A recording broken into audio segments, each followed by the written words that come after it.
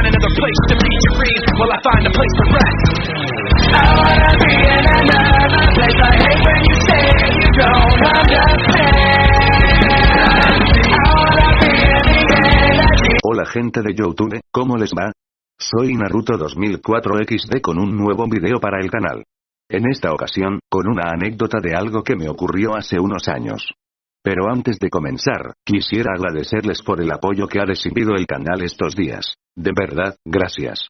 Igualmente, les aviso que el video sobre la polémica de Transformers, Fuego contra Fuego está casi listo, solo faltan unos detalles. Sin más que agregar, comencemos. En mis tiempos de secundaria, solía descargar en el teléfono muchos juegos, especialmente relacionados con Marvel y DC. Esto gracias a las películas que salían de personajes como Batman y Spider-Man, que me generaban bastante emoción, principalmente el Arácnido, quien era el que tenía más juegos de la mano de Gameloft. Entre esos títulos, existía uno en particular que siempre me pareció un mito inalcanzable. El juego se llamaba Spider-Man Ultimate Power. Era un título que nunca llegó a la Play Store o a la versión de Android de manera oficial. Solamente se podía conseguir mediante tiendas exclusivas de Gameloft preinstaladas en viejos dispositivos Sony Ericsson. Tenerlo era técnicamente imposible si no poseías uno de esos teléfonos, ya que requerían especificaciones de gama baja para que pudieran correr el juego correctamente, siendo yo uno de los que nunca pudo disfrutarlo debido a mi celular de la época. Pasaron los años y me olvidé del asunto, hasta que una tarde, después de terminar mis tareas universitarias, decidí rememorar tiempos mejores. Me puse a navegar por la web en mi teléfono para encontrar algún sitio donde estuvieran alojando juegos de Android y encontré un viejo blog de preservación de títulos de Gameloft. Según los comentarios de la gente en los enlaces, era un sitio seguro y confiable, y para mi sorpresa, me topé con los juegos de Spider-Man, incluido el Ultimate Power. Sin dudarlo, lo descargué. Mientras contemplaba la pantalla de carga con la mítica leyenda de descargando archivo, recordé que estos juegos solían tener contenido adicional, lo cual incrementó mis ganas de probarlo y descubrir esos secretos. Sin embargo, apareció de inmediato la pantalla de descarga fallida. No les voy a mentir, me molestó un poco por obvios motivos, pero lo volví a intentar, ocurriendo exactamente lo mismo 4 veces. Cuando finalmente se descargó, abrí de inmediato la aplicación. Inició con la intro de Gameloft y después con la de Marvel sobre un fondo casi negro. Tras eso apareció la pantalla de carga y, al terminar, me llevó al menú principal. Lo curioso de esta versión es que no había un menú de opciones ni selección de personajes, lo cual me pareció extraño, ya que en los vídeos que había visto, el juego original mostraba a otros integrantes del multiverso de Spider-Man, aunque a la hora de la verdad solo fueran trajes alternativos. El único disponible era el clásico rojo y azul. Asumí que el resto del contenido se desbloquearía progresivamente, así que inicié la partida. Al principio todo parecía normal. El mapa se ubicaba en Nueva York. Apreté el botón de iniciar misión, y lo primero que me asombró del nivel es que se desarrollaba de noche y había edificios con luces. Sin embargo, no había enemigos, si mal no recuerdo, en el original aparecían tipos voladores y ninjas del clan de la mano. Lo más cercano eran algunas zonas donde el personaje recibía 1 o 2 golpes de la nada acompañados de un efecto de sonido, para luego desaparecer. En general, el gameplay consistía únicamente en Spider-Man corriendo en un bucle hacia el horizonte bajo un fondo sombrío. Los gráficos eran los esperados para un videojuego viejo en plataformas igual de antiguas, aunque en algunas áreas el suelo cambiaba de textura, pasando de azoteas y barras de metal a un puente acompañado de sus cables. Pensé que me encontraba en el tutorial, ya que suelen servir para entender los controles, pero no había nada de eso. Solo era correr, saltar y columpiarse. Después de eso, me percaté del único indicador en la parte superior de la interfaz. No había barra de vida ni contador de puntos, y no le tomé importancia en ese momento. Solo aparecía una palabra en texto de color rojo: sálvala. Dudé un segundo, porque recordaba que en el juego original tenías que rescatar a científicos y no a mujeres. Fue entonces cuando la atmósfera cambió drásticamente. El juego no tenía sistema de energía, es decir, carecía de límites de daño, lo que en su momento interpreté como un beneficio de intentos infinitos. Sin embargo, el escenario comenzó a distorsionarse. El fondo urbano dio paso a la cima del mismo puente con texturas con fallas, glitches, cubierto ahora por una niebla densa. De repente, una risa distorsionada retumbó por el altavoz del teléfono. Surgió el Duende Verde, sobrevolando la pantalla en su planeador y sujetando del cuello a Gwen Stacy, cuyo sprite era un reciclaje del de Mary Jane, con el añadido de poseer un abrigo verde. No seré un experto en la historia del arácnido, pero sabía lo suficiente como para saber cómo iba a terminar esto. El nivel se volvió opresivo. La velocidad aumentó sin control y el escenario se llenó de trampas, sierras giratorias, cables de alta tensión y escombros en llamas, mientras sonaba de fondo una versión del tema de Feat Enemies del propio juego, que solo podría definir como un desastre de mezcla sonora. Intenté saltar y esquivar cada obstáculo impulsado por la adrenalina.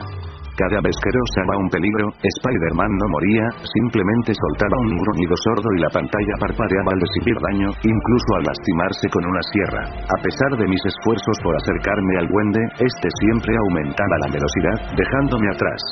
Una situación ya de por sí desesperante que solo empeoraba con los gritos mal comprimidos de Gwen. En el clímax de la persecución, el villano se detuvo sobre la estructura más alta del puente. El audio del juego se cortó de golpe, pero la escena continuaba, cambiándolo a un formato parecido a las cinemáticas de misión cumplida.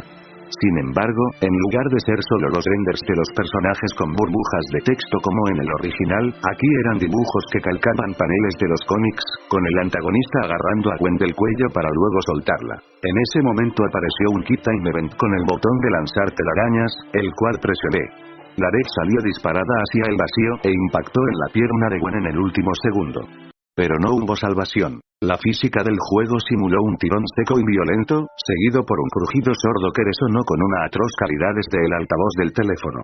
La figura de Gwen quedó inerte en el fondo de la pantalla. El juego no mostró una pantalla de Game Over ni me permitió reiniciar el nivel.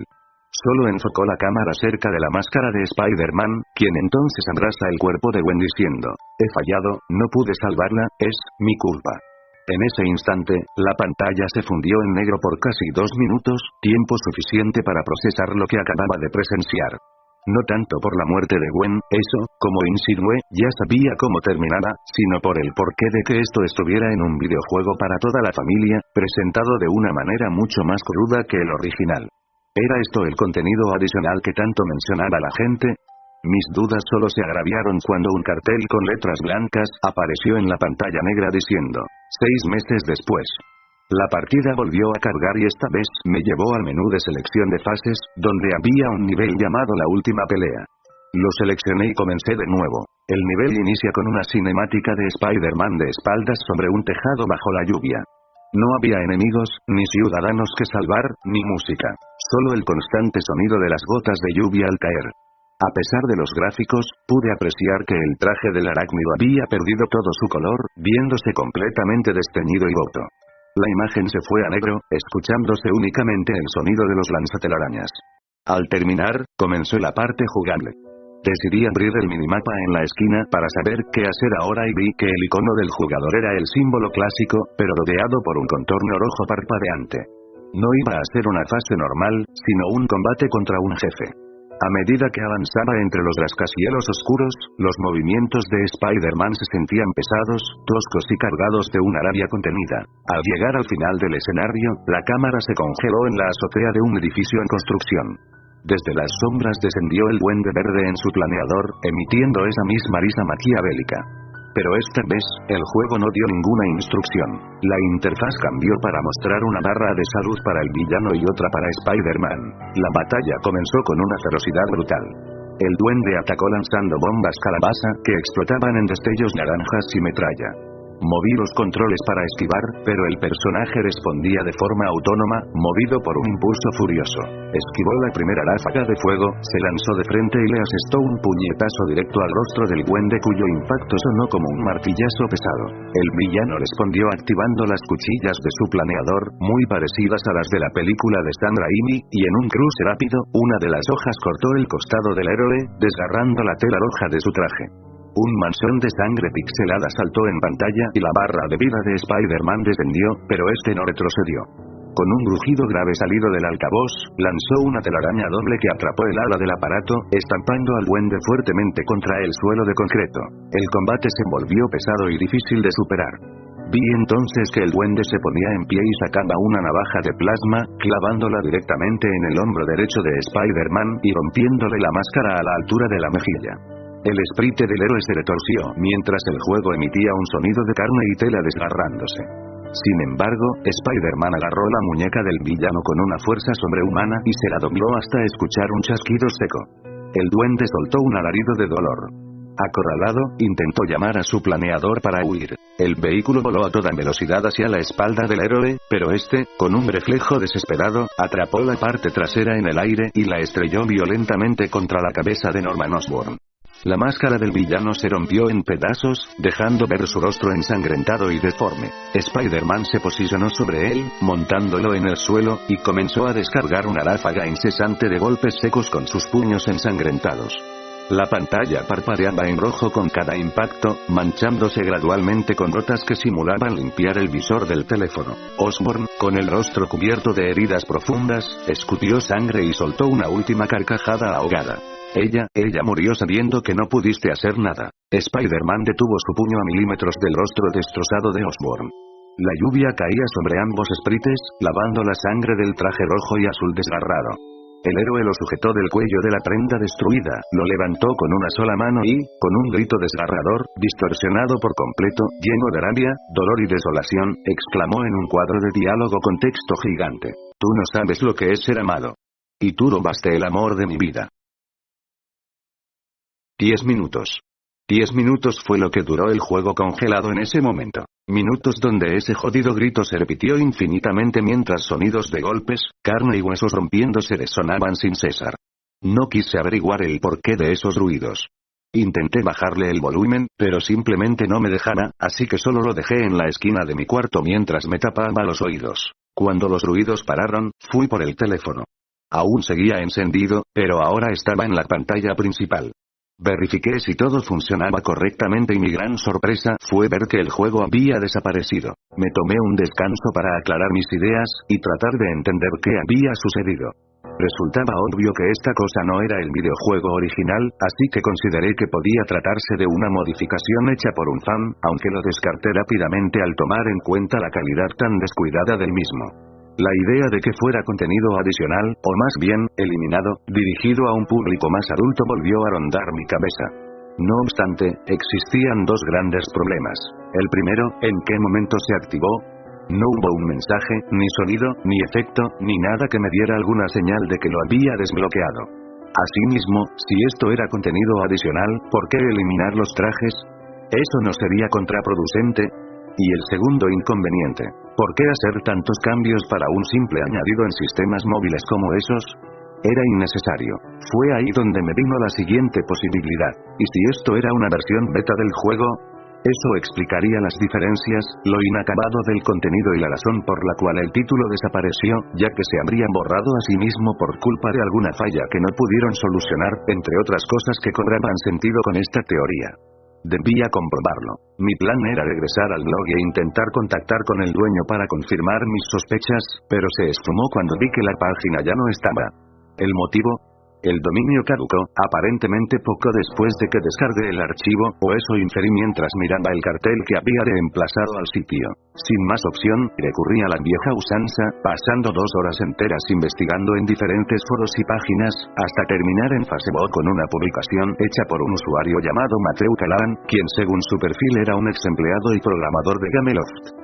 Compartía sus experiencias en la compañía y, en una de sus anécdotas, hacía la respuesta a mis dudas. El post en cuestión contaba que, poco después de la salida de Spider-Man Ultimate Power, la empresa anunció la creación de un mega equipo de trabajo para una nueva línea de juegos basada en sus licencias de Marvel y DC, enfocados en adaptar los arcos más adultos de los personajes con un tono más visceral, influenciados por la moda de aquella época de hacer versiones más oscuras y serias. Mateo y sus compañeros fueron asignados al proyecto junto a otros miembros, completando un total de 4 juegos en un lapso de 1 año. Esta rapidez se debió a que solo tomaban títulos que ya tenían hechos y procedían a modificarlos. El resultado fue, primero, un juego de Spider-Man que adaptaba los números referentes a la muerte de Gwen usando Ultimate Power como base, el cual, por cierto, en el que trabajó Matt. El segundo era otro del arácnido, pero centrado en la última cacería de Kraven. De este no supo qué videojuego utilizaron como base, porque los encargados eran personas muy mezquinas. El tercero era de Batman, Ciudad de Nadie, reciclando el código de The Dark Knight Rises para ello. Por último, el más misterioso, la Liga de la Justicia. Por el nombre era obvio suponer que se trataría del afamado grupo de superhéroes de DC Comics, pero fuera de que el software base era Detective Ridley and the Mysterious Enigma, no supo más, ya que, exceptuando al grupo involucrado en su desarrollo, al resto de los empleados se les prohibió el acceso al título por mandato directo de los superiores. La razón detrás de tanto secretismo era desconocida, pero los amigos de Callahan especulaban que el juego sería el primer AAA de la compañía, debido a que el equipo estaba compuesto por ex empleados de Modern Combat, Domination y de los ports para consolas de Nintendo como los dos primeros Asphalt, Urban GT.